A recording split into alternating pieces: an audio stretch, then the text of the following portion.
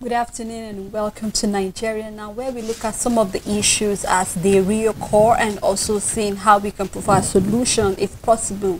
I am Seda Elisha Dasham and I'll be doing the program together with Rachel Tansey. Good afternoon, Rachel. Afternoon, Seda. How you doing? I'm fine. How about you? I'm great. Thank you so much. We have quite a number of stories we'd love to look at in the show. And just before we go into the story, there was a plane crash earlier this morning in Port Harcourt where about 5 Air Force officials were being affected, but then thank God, actually none of them died, but they actually injured, so just had some few minor injuries. So we're really excited. Still details are coming up concerning what actually happened, even though they were actually on their way to go, will I say, destroy an illegal refinery in Port Harcourt over there, but then we're happy that they are safe and sound. So this call for a lot of attention on the issue of the life of our security agency in their place of assignment. So we'll keep our fingers crossed. Whatever comes up, new development, will let you know about that. Now we will be looking at some of the stories just like I told you, and we'll be starting with what the federal government have said about the review of the new minimum wage for federal workers starting from the second quarter of 2024. That is talking about from April. And we remember the back and forth, Rachel, concerning the increase of salaries for federal workers.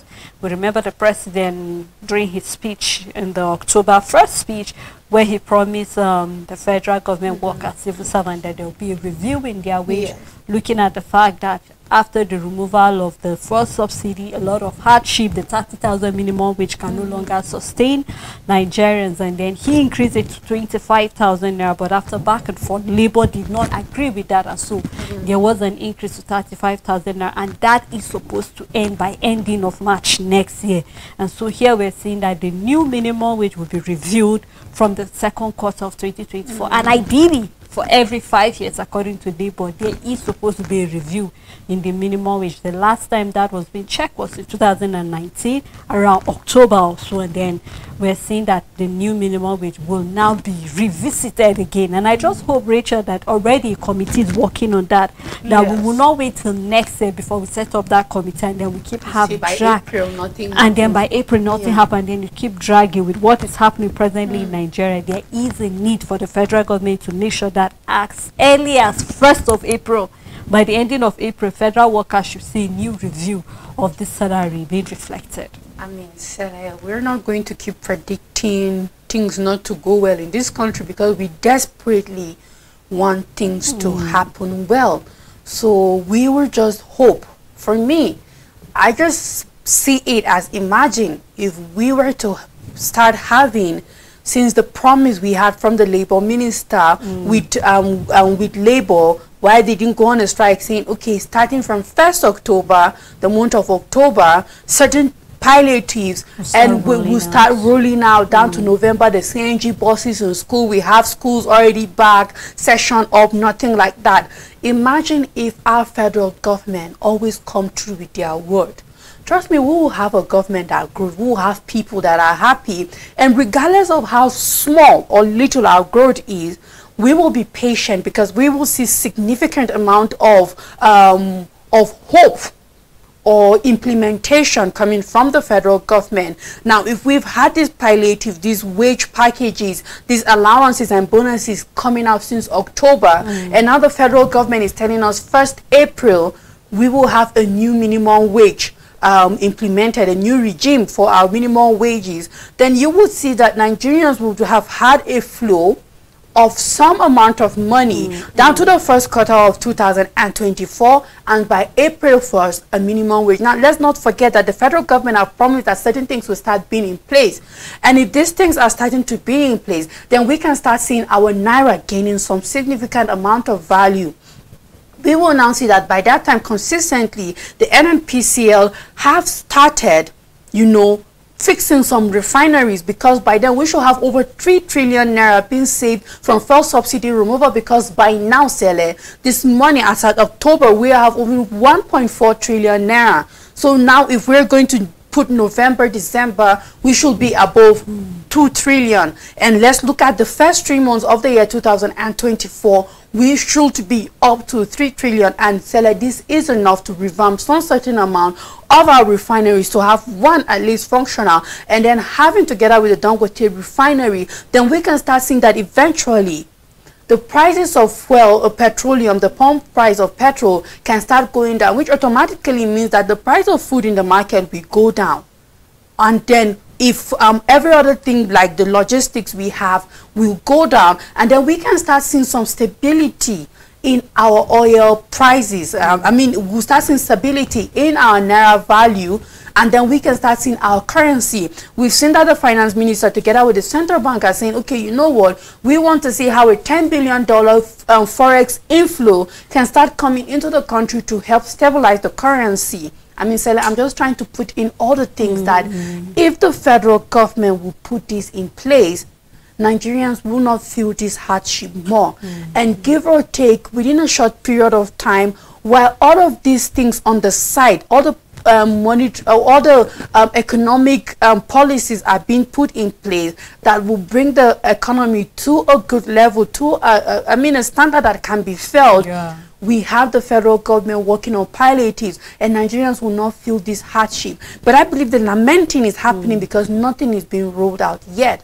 So we have to wait till hopefully 1st April of 2024 to see if, and just as you said, I just hope that a committee will be set up already by now to start seeing it, so that we will reach April and nothing is happening. I mean, so we can't stop overemphasizing on what we feel the federal government should be doing, because I mean, it's out there, Sele. We just want them to do the work. We just want them to show us that they have Nigeria in mind, because if all of this was to move one after the other, I don't think Nigerians will be in the situation they are right now. It might not be much, but it will go a long way helping with the current situation and hardship of the country. Well, ours here is just to let the government know that we are actually keeping tap on them. We are. And we are counting on their words that from the second quarter, which is April 2024, we should see that the new minimum wage will take effect. Right now, we do not know how much it will be. Presently, the minimum wage is 30,000. Has to be above I do that. not know what the minimum wage will be, but believe me, it should be more than even a 50,000. Possibly we should be looking at 150,000 minimum wage with the way things are going now. Still talking about the policy, Rachel, and how it will affect Nigerians eventually. We're seeing already the federal government is expressing, it's alarming. We're having about 80% inflow of importation. And you remember we started a little of this discussion in the morning show where we're looking at about 88.5 million Nigerians presently are hungry. And then by December, it might increase to about 90-something million Nigerians will be there. With the number of importation, we are suffering from food insecurity. That is just the implication why we are having our borders are being open, and then a lot of goods are coming in. And you remember when we had the borders being open, Richard expressed fear that possibilities that Nigeria might now become a dumping ground for anything. Anyhow. And then I just hope that NAFTA is up and about making sure that anything that is coming to the country is being checked. But beyond NAFTA doing their job right now, we're seeing how much we will be losing. You make mention of the fact that presently our currency is even losing value as it is, and then with the opening of these borders, the importation coming to the country, that is even another more scare for us in the country presently, because believe me, with the way things are moving, and then we're seeing the number of children Nigeria globally stunted growth, you will know that there is a need for serious work when it comes to the government doing right things. We saw the way the roads are, so it's even difficult for farmers to even go to their farmland. And even if they're able to make it to the farmland, how do they get to bring this their produce into the market? So quite a number of things that the government needs to do. So beyond saying it's alarming, it's another thing for the government to put the work and see what can we do to reduce this importation coming into the country. I mean, Sele, what can the government do to reduce this importation? As it is now, they're not doing anything about it, because I know Nigerians are always seated and they are wondering, what are these 80%? It's everything. The needle you use to sew your clothes is imported. You know, the thread that the tailor makes, that use the thread you have in your house is imported. The spoons, the plate. I want Nigerians to think about everything, you know, every tiny thing. Think of everything you have in your house. The only thing that is probably not imported is your beans, your yam, your maize, yes, your maize, your just the raw materials, like the perishable things like tomatoes, ugu, even your stockfish is imported. I mean, crayfish, we're lucky is not imported because we do have riverine areas that are into this, but I won't be surprised if we import it. I want Nigerians to think about every tiny thing you have in your house. The tea you consume, the sugar you consume. I mean, we might have Dangote and the other companies processing it, but the raw material is imported. We don't have the raw material here. Everything is imported, and that 20% is for those perishable things we farm here. That is the percentage of what we consume that is not imported. But everything is imported, and maybe a little bit of the 5% made in Nigerian slippers. But guess what? Even the sole of that made in Nigerian shoe is imported. Even the skin. I mean, it's just coupled in Nigeria, not really made in Nigeria. Everything. I want them to understand that it might even be more than 80%. Is every little thing. Even when you think, okay, yes, your toothbrush is imported. Yes, even your toothpaste. I mean, yes, I mean, Unilever Nigeria might just package it, but even the packaging, it's being packaged here to make it not to be cumbersome, so that it's like you bring groundnut oil in a drum for easy importation, so that it won't be inside those tiny bottles. It will be too much. Yes, that's just what happens in Nigeria, but not the production. It's very few things you see, you consume here, that everything, in fact, I don't know of anything. If we do, we should have known. We have few companies springing up and saying we have this Eric Giko or something like that do try their best to make products here in Nigeria, and you can see how small the reach is.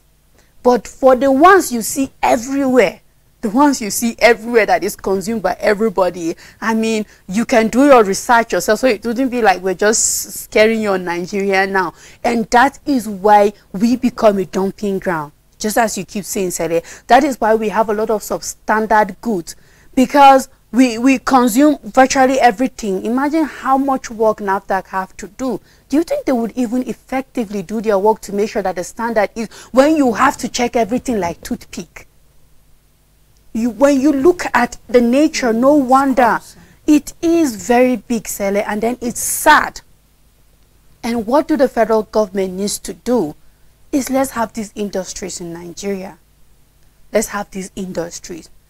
Even if for a start we will have to bring in the raw materials, of course we are doing that, but still, yeah, let's start from somewhere. Let's start from somewhere. Then as we are starting from somewhere, then we can start saying, okay, now we have the company, for example, for toothpick.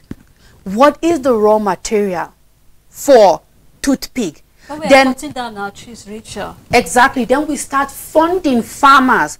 We start going into horticulture to make sure that we have this raw material.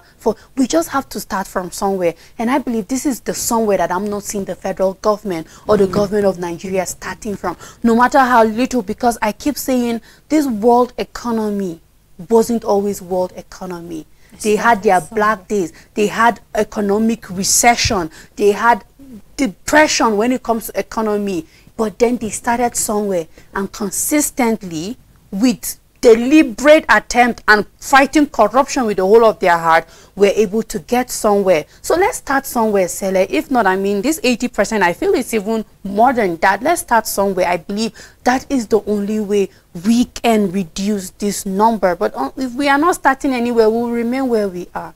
Richard, it's quite alarming. It is. I think I have to really agree. It's really, really alarming. It is. And for the federal government to express this, and they're actually very scared about the way things are moving. And just like we keep saying, it's a dumping ground. But what can we do? It's for every ministry right now. It's not just for you to go dump a budget for next year and say, this is what we need. What are you doing as a ministry to make sure that things are working in your own ministry? We're saying the federal government is saying it's opening some of these sectors to privatize. specialization. That is to say that everybody have to put the work. Right now, it's not even about the ministries anymore. It's even for private individuals, private entities to see what they can do. And the government have to work on making sure that they put policies. We saw the president talking with King Charles over there, trying to have a partnership with the UK and all of that. But then it's one thing for it to go more investors to come into the country, because he was in Germany, he did the same thing. And right now in Dubai, we're looking at the issue of climate and all of that. What are you doing to make sure that things are working? Because a lot of farmers, because of the climate change, lost their goods because of flooding. What are you doing to make sure that the right things are being done? I'm just hoping, Rachel, just like you said, that with this care that we're having, that toothpick, toothbrush, palm oil, I mean, just mention it, it's been brought into the country. We need to do the right thing to make sure that we don't consume poison eventually. All in the name of opening our borders to anything that is coming in. Now, let's round up the show by looking at what the federal government have said about universities producing more doctors. Rachel, you and I started this conversation in the morning. I think we cannot live today to just pass by without talking about what the federal government means by telling the university to produce more doctors. I mean, from when you just hear produce more doctors, it look like more you're saying we are having a poultry where we are needing more eggs and then production. It just seems, but what the federal government was actually trying to say is the fact that more admission should be open for people studying medicine. No, I mean, no fight about that. It's okay. It's cool for more, I mean, admission for people to study medicine and all of that. But then the concern is the fact that in September there was, when I say inaugural lecture or a meeting where we had senior stakeholders, medical practitioners, dentists and all of that. They came together and said, the problem right here is not the admission. The problem right here is not even the production.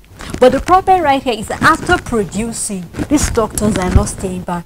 Rachel, it will scare you, or rather, it will make you to be surprised that in the whole of Nigeria, we only have 45,000 doctors, where we are supposed to be having 600 patients to a doctor. We are having 8,000 patients to a doctor.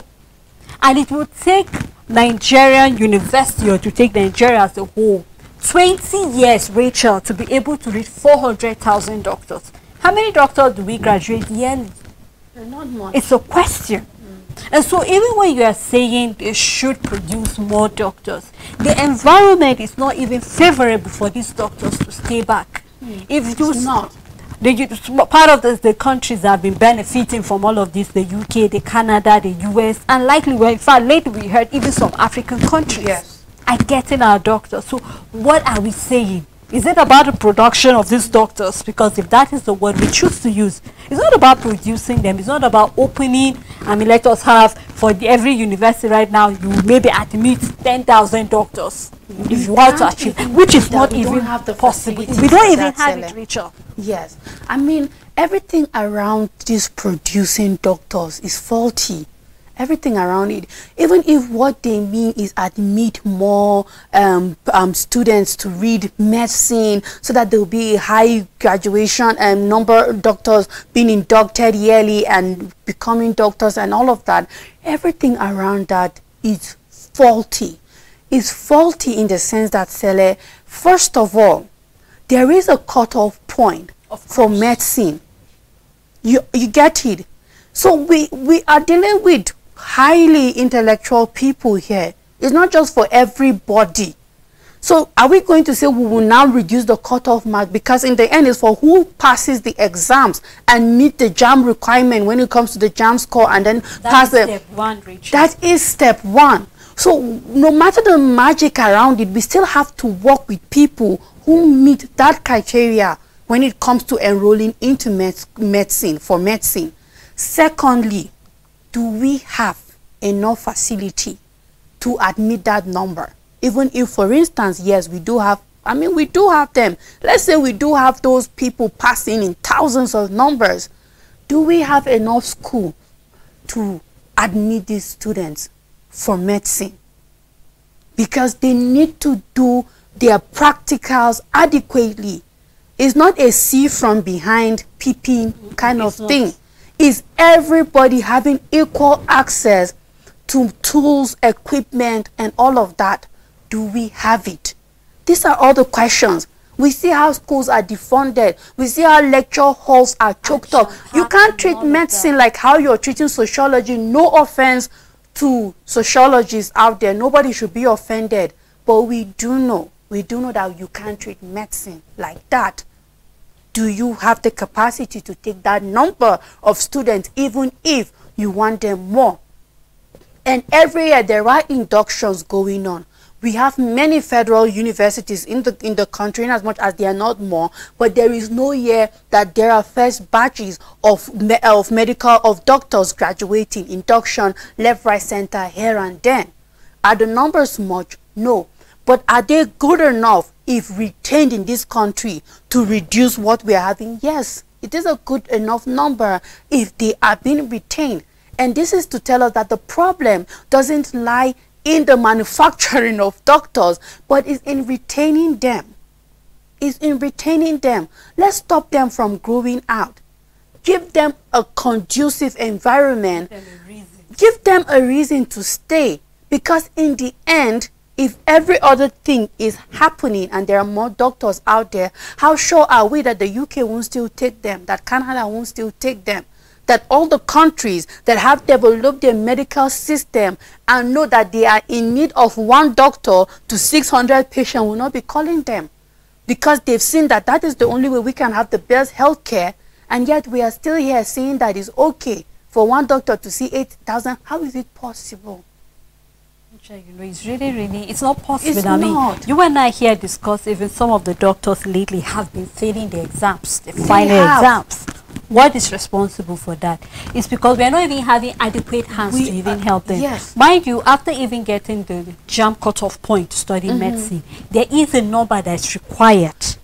Because of the facilities Because available. of the facilities Yes. there is a number. So you will see that, let's say for instance about 100 were being admitted. It's not up to 100 that get to make it to the final year. It's not. Because It's the not. number has to be reduced. It's Why? not. Because some of them cannot even meet up, or deliberately the school have to make other people to receive because the facility is not available. Now you're seeing some of the things. So is the government willing to make sure that everything is being put in place? That's why I keep saying, Sele, the Nigerian government knows the problem, but they keep beating around the bush. And it is a problem also. You know exactly that this is the solution. You know it is out there. It's looking at you in the face.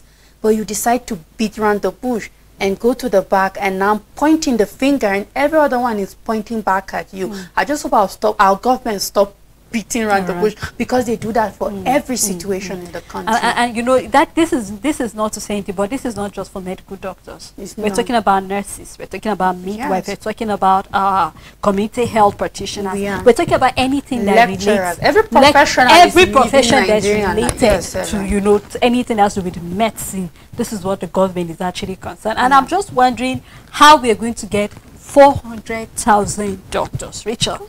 And already the doctors are even saying it. The Medical Association is saying it. It will take about 10, 14 to 20 years to get this.